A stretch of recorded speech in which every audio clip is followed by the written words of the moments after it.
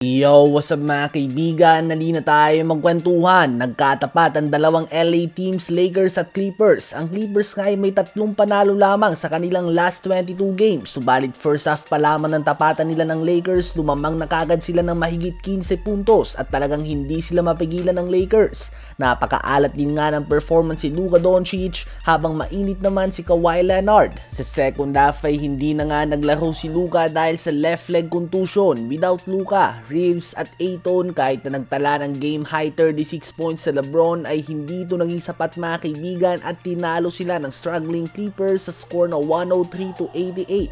32 points, 12 rebounds si Kawhi Leonard, 21 points, 10 assists si James Harden at 17 points, 12 rebounds naman si John Collins. Binawian naman ng Houston Rockets ang Denver Nuggets sa home court mismo nito sa score na 115-101. Si Kevin Durant ay gumawa ng 31 points, 6 rebounds and 5 assists on 5 of 6 shooting sa 3-point line. 28 points, 6 assists, 3 steals and 2 blocks din si Reed Sheppard. 22 points and 10 rebounds si Jabari Smith Jr. at 16 points and 6 assists naman si Amen Thompson. Sa Denver Nuggets naman ay nagkaroon ng one of his worst games in a long time si Nikola Jokic. 25 points, 7 rebounds and 5 assists lang nga ang ginawa niya in less than 50% shooting sa field. Para sa isang player na nag-average ng 28 plus points na triple-double, oo, bad game na nga yan mga kaibigan.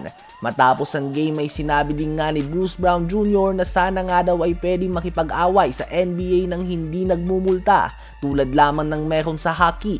Ito nga ay matapos na magkainitan sila ng former league MVP Kevin Durant. Kahit na gumawa si Cooper Flagg ng 24 points at gumawa din si Anthony Davis ng 24 points and 15 rebounds, bigo pa din nga ang Dallas Mavericks na manalo kontra sa Philadelphia 76ers na walang Joel Embiid, Paul George at Kelly Oubre Jr. sa score na 121-114.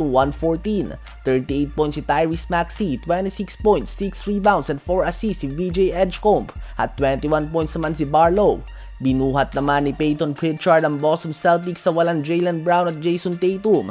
Gumawa nga siya ng 33 points, 7 rebounds and 10 assists. 15 points, 7 rebounds and 5 assists din si Derrick White at 15 points din si Anthony Simons. Tinalo nga ng Boston Celtics ang Toronto Raptors score na 112-96. Habang na-outscore naman ng Detroit Pistons ang Charlotte Hornets 33-14 sa fourth quarter at ito na nga ang nagbigay sa kanila ng 112-86 win. Nanguna dyan ng 22 points, 10 rebounds and 10 assists triple-double ni Cade Cunningham at 19 points and 11 rebounds si Jalen Duren. Napatalsik naman si Draymond Green sa first half ng kanilang muling pagkikita ng Phoenix Suns. Ganun pa man nagawa ngang mabawian ng Golden State Warriors ang Phoenix Suns sa game na ito sa score na 119-116. Solid 28 points, 10 rebounds and 6 assists si Steph Curry. 25 points si Jimmy Butler at 20 points si Will Richard. Habang nabaliwala naman ang 38 points si Devin Booker.